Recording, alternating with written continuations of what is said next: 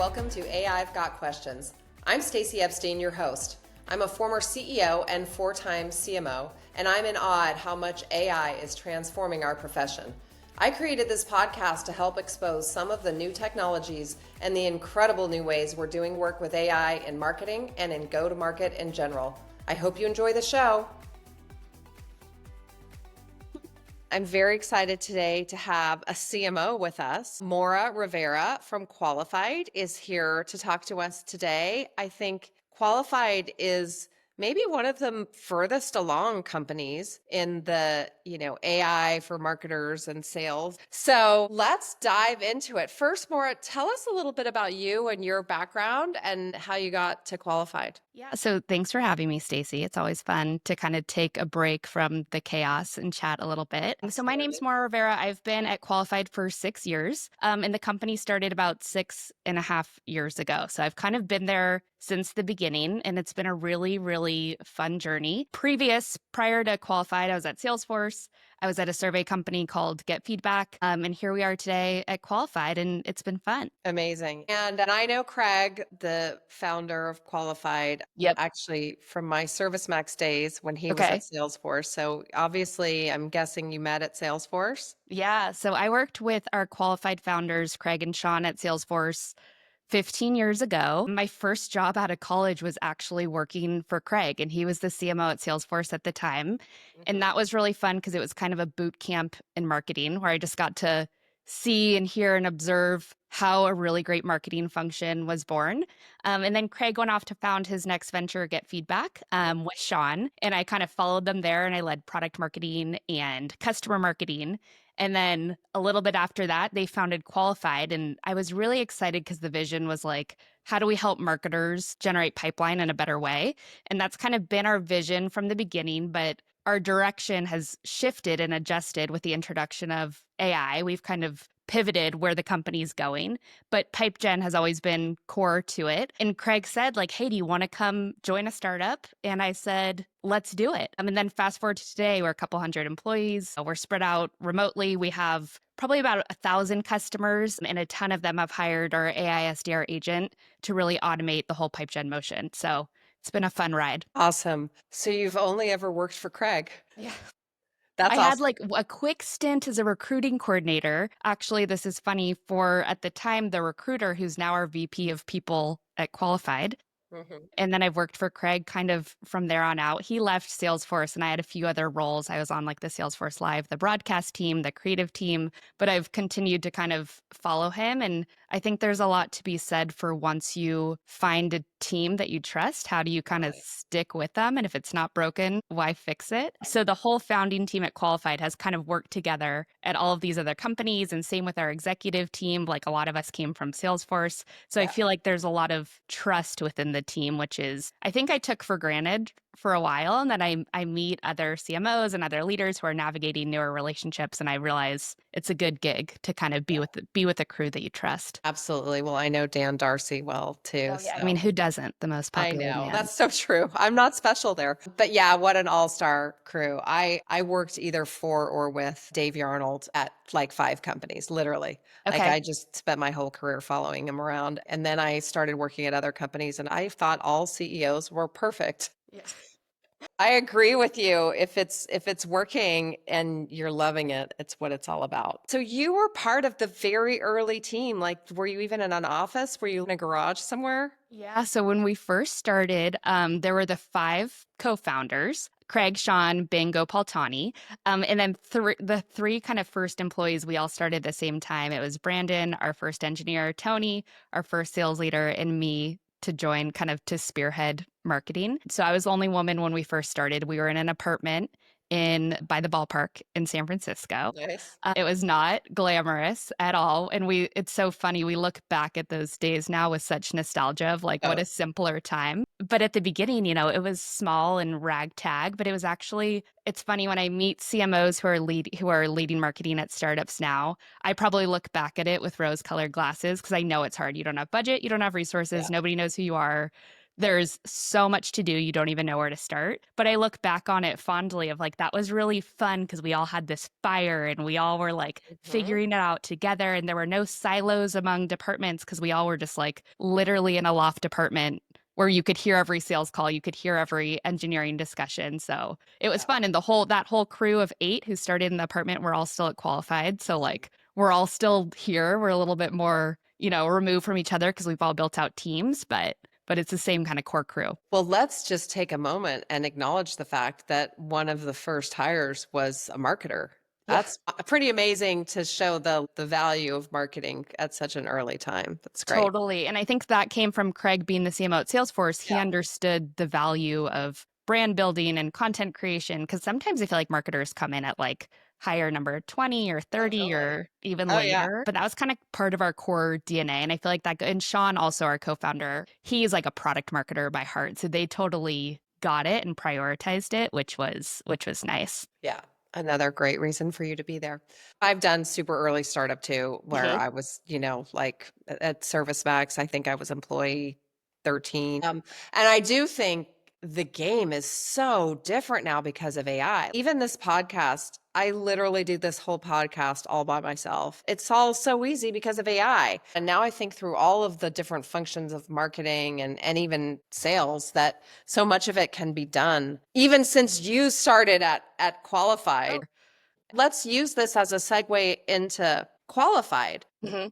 because I do think a lot of what marketing does is hand in hand with what the SDR team does. Tell us a little bit about Qualified. Like, what was the vision then, and how has it evolved to what it is today? Yeah, I mean, we started really as like a conversational solution. So the whole idea was you're driving all these people to your website, you're asking them to fill out a form, you send them away, and then what happens? So that's really where we started. And then we've kind of evolved to really become this AISDR agent solution that's really focused on inbound. Our whole kind of concept behind Qualified is we're really focused on the inbound funnel. So, as marketers, you're doing all of these things. You're driving traffic to your site, you're putting campaigns into market, whatever it may be. With kind of the traditional inbound funnel or marketing funnel, you get those leads, and the ones who are qualified, you send them over to a human sales rep and you expect them to work them. And the ones who are maybe top of funnel, you throw them into nurture and expect greatness to happen and come of that. And so Right. that's really the part of the funnel that we're focused on, which is you're generating all of this demand, you're doing all of this stuff from a marketing perspective. What if you can hire an AI SDR agent to kind of replace those humans and really work all of those hand raisers? So you mentioned, Stacey, that with AI SDRs, there's kind of inbound and there's outbound, which is like prospecting and building out contact lists and going after those folks. We're very much built for marketers, which is how do you get the return from all of your traffic and buzz that you're driving and kind of plug that agent in. We named our AISDR agent Piper because she generates pipeline. But the cool thing is like hundreds of companies have hired Piper onto their team and they're all naming their agent different things. So Yeah. Trisha Gelman, who she's at Box, they named their agent Bella. Brex, they named their agent Brexton. Greenhouse, they named their agent Daisy because they're all about like, flowers and the earth. And so it's been cool because the perception has been this isn't just like a tool that you use. This is an agent you can hire. And she works for you, the marketing team, and she's helping you get more out of all of this traffic you're driving. And she can have live conversations on the website. She can send emails to follow up with people and try and schedule meetings. But her whole goal is to try and schedule meetings, book pipeline, kind of automate that function. And it's really trying to solve for the pain of the old kind of traditional marketing funnel where you spend all this money and do all this stuff.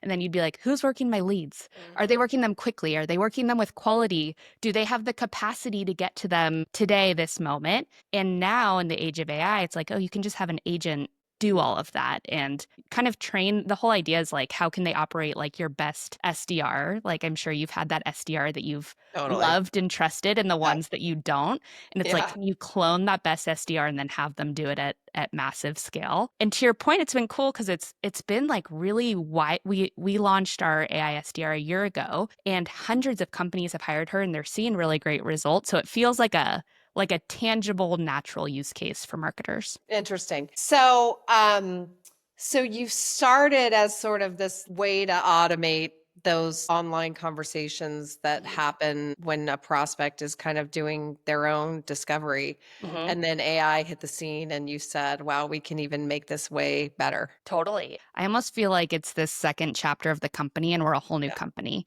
Yeah. And Craig, our founder, who we've talked about, he sees the forest through the trees. He saw that this tsunami was coming and he's like, we have to change everything. We need to rethink our product. We need to rethink our positioning. We need to rethink like how we're pricing and packaging. So it was a bit of a whirlwind. I had actually just returned from maternity leave with my second kid when all of this when like chat gpt was launched. Yeah. I was on maternity leave and I came Yeah. back and I was like, what happened while I while I The was world is removed different. from the scene. But yeah, we kind of our roots were in conversation on the website and anchored in pipe gen, and that's still what we're anchored in. But now there's this whole new way to generate it, and it's like with an agent kind of at the helm of all of it. Yeah, I think what's so interesting, because I have been talking to a lot of like really early stage founders who kind of saw the opportunity of Gen AI and Mhm. said, I'm gonna, think of marketing in a different way. But I think the beauty of Gen AI is that, let me step back a second. I was in the market when cloud came along, Mhm. frankly, Mhm. and saw that transformation. And I was in the market when mobile and iPads came along and saw that transformation. But really, those just were new ways of deploying the same software, and it could be better and more accessible. But I Mhm. think AI lets you look at something that has been done and say, how can we just think about it in a completely different way? So, we're thinking about conversations on the website, but now we've got this opportunity to think about it in a different way and take up so much more of that inbound funnel. Mhm. So my question for you is, you described there's maybe not as qualified set of leads that you Mhm. have and you want to continue to nurture until they hit some sort of, MQL status and you turn them over to an SDR. Are you replacing that top of funnel nurture? And Mhm. are you also replacing that like conversation that happens with the SDR? And then it goes all the way to, okay, Piper or, Daisy or whomever has gotten it all the way qualified to send it over to a salesperson? Yeah, I would say you organized it in the perfect way. We were really born to take over the MQL to like sales handoff. That's where we started, which were folks that are high intent, who are filling out a form, who are like clicking on your buttons, who are trying to get in touch with sales, make that much easier. So the agent can have a conversation, can schedule meetings, et cetera, on your site. But the unlock that we've seen that I've been really excited about is about 6 months ago, we introduced like our email capability for Piper, the AISDR agent. So now she can follow up with all of your leads and she's starting to creep in higher into the funnel. Mhm. So like as marketers, so much of our pain sits in like, yes, the hand raisers, you want to get to them quicker. Let's make that process Sure. better because it's crappy for the buyer, it's crappy for the marketer. It's like it's a lose-lose. But what about all of those marketing leads who you just throw into nurture? Now you can have the agent work them. Where I have felt a lot of the pain in the past is events, like where we go big on events. And Oh, then there's this surge in the spring and the surge in the fall. And we have all of these leads, and you've just invested a ton of your marketing budget in them, hundreds of thousands or millions of dollars. And you're like, oh, those are at the back of the queue. They're sitting at like on the to-do list of some SDR. They're not going to prioritize them. They're not going to work them properly. How do I get the ROI? And so you can have the AI SDR agent email all of those folks. And there might be some low quality people in there. Like you might not find gold, but there might be some great people in there as well. So that unlock to work the leads that SDRs didn't have the capacity to work before. Like Greenhouse is one of our customers I mentioned. She said 60% of my leads never got touched by humans because they didn't meet like that threshold. Now you can just send the AI SDR agent to work them too. And we're big users of Qualified, obviously. And really this event season, we doubled down on using her email capabilities to follow up. We were like, we're not going to waste our sales reps' time on them. Let's just have the agent work them.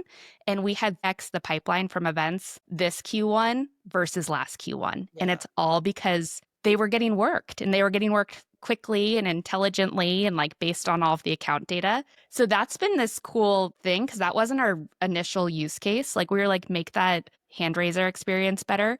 But the nurture has been a big unlock, and it gives me joy because I'm like, okay, good. We're putting so much time and money into these events. Like, yes, they're getting worked. It makes me so happy. So it's kind of taking over both parts of the funnel. Yeah, that is, in my experience, that's where you like just put an automated nurture, but there's such a drastic difference. I mean, there's a reason we have SDRs talking to hand raisers because Yeah. automatic nurture is, or automated nurture just doesn't, it might help someone like be reminded, but if Yeah. I just went to a show and there was like a specific theme at that show and it was in a certain location and maybe I put on a special event at my demo, like that kind of detail's rarely going to make it into my nurture. Hmm. And adding that human element all the way up to the very top of the funnel where you just don't often have the resources or the manpower to work those Yeah. leads in that same like humanistic way. Yeah, and it's not like cost efficient to have humans working those leads Right. sometimes either. Like that's not a good use of your No, business's it's not. money. Yeah, and they would quit because they would They get would be so few miserable. responses to Yeah. all of their outreach. Amazing, super interesting. Okay, so I was driving up the 101 Uh-huh. yesterday and I saw your billboard and I said, I cannot wait to ask her. I have to ask you about White Lotus because not only Piper, is she named no. Piper, but she kind of looks like her. And I just am like, that you guys must have laughed so hard when White Lotus came out and you were like, that's our image. Yeah, yeah, that there are a lot of White Lotus memes that are exchanged in our Slack I'm channel. sure. But yeah, we actually like spent a lot of time thinking before we launched Piper. And this big launch we did, it was April 16th, 2024. I remember it because it was like such a big company. That's when we really pivoted to like we have this AISDR agent product and whatever. And we thought a lot about how do we brand her? What do we name her? How do we make her feel like an extension of your team and not just like another wand icon that just feels like AI that does magic, but you don't get it? So we Totally. had a lot of discussions and debates, and we landed on Piper because it's all about generating pipeline. And Piper's actually designed after our best human SDR. So I mentioned earlier that SDR you wish you could clone. Yeah. And I You mentioned cloned her. even before that, like the apartment we were in, our first SDR in that loft apartment, her name was Blake. She's now one of our like awesome, awesome sales leaders and she leads a big team. But she was, Johnny or Janie on the spot. She was like in there catching every inbound lead. She was personalized in how she talked to them. She looked at Salesforce and understood all the like history we had with that account. She was the dream and she was the SDR when she got promoted. I was like, I'm so happy for you, but I'm sad for myself because I'm losing you as a resource. Yeah. So And now I'll you have have to, Piper. and now we have Piper. And so Piper is like the AI version of Blake and White Lotus just made her kind of relevant. So That's that hilarious. was just a funny Well, happenstance.